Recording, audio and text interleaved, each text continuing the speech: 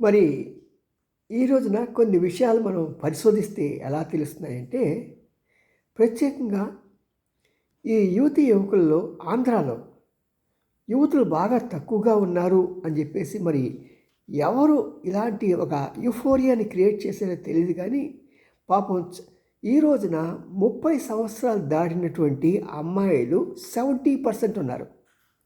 వీళ్ళు మెదడులో ఒకటి స్థిరంగా నాటుకుపోయింది. అమ్మాయిలు తక్కువ ఉన్నారు కాబట్టి నాకు మహేష్ బాబు లాంటి భర్త దొరుకుతాడు. అంతేకాదు ఆదాని లాంటి ధనవంతుడైన మొగుడు దొరుకుతాడని చెప్పి వీళ్ళు అలా కాచుకుని కూర్చుంటున్నారు. కానీ ఇక్కడ ఇంకో తిరకాసు ఉంది.